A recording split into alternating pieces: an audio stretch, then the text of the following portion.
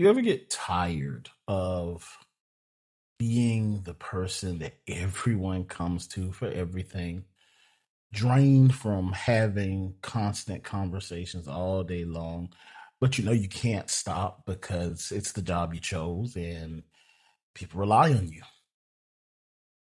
Yeah, me too.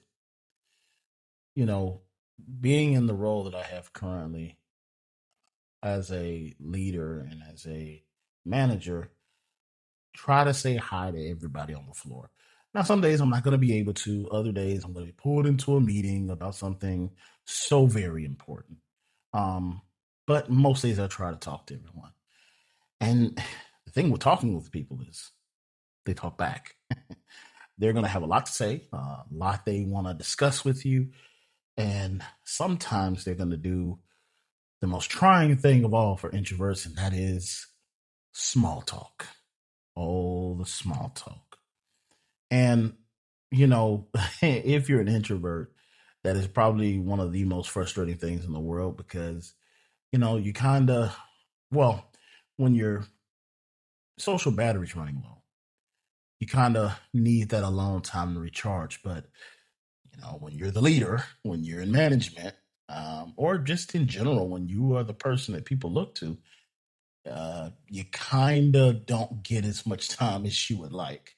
I'm the type of person where usually, if I have a lot of social interaction, I'm shut down for the next couple weeks.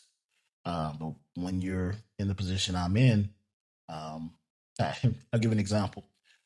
Just coming into work today, actually, I sit down, and as soon as I sit down, before I'm even able to hook my laptop up, people come in asking, "Is this day off?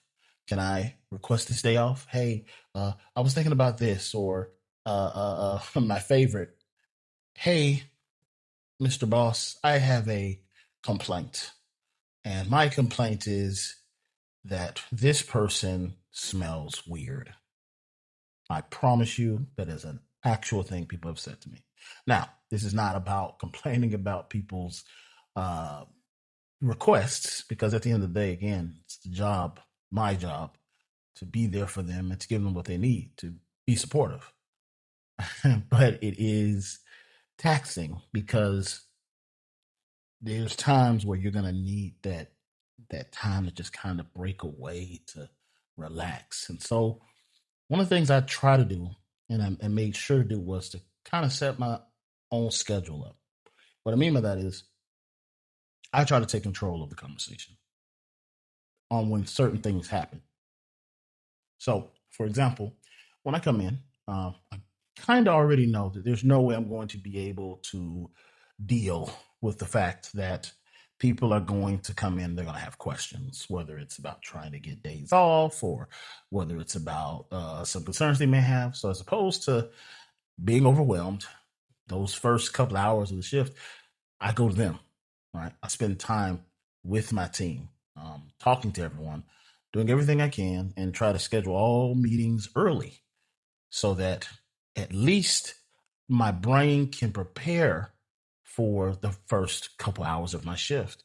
Um, it's kind of recalibrating yourself. And I know the night before, I can kind of mentally get into that Zen space to where I understand, hey, when you get up in the morning, um, well, morning for me as a night shift person means noon, 1 p.m. Um, just remember you have meetings, and you just need to get ready for that start a shift rush, I call it. So as I started doing that, once we get past that, first couple of hours, by the time we get to hour three, things tend to calm down. And what I like to do is get me a cup of coffee, and sometimes I'll drive around, my the production facility. Other times I just, kind of take a break and go kind of to a secluded office, another part of the facility, just to kind of take a break. I let my partner know, of course, because I work with someone else. But it's in those times that I start to find the little breaks I need to just clear my mind a little bit. So if you have been that person or if you are that person.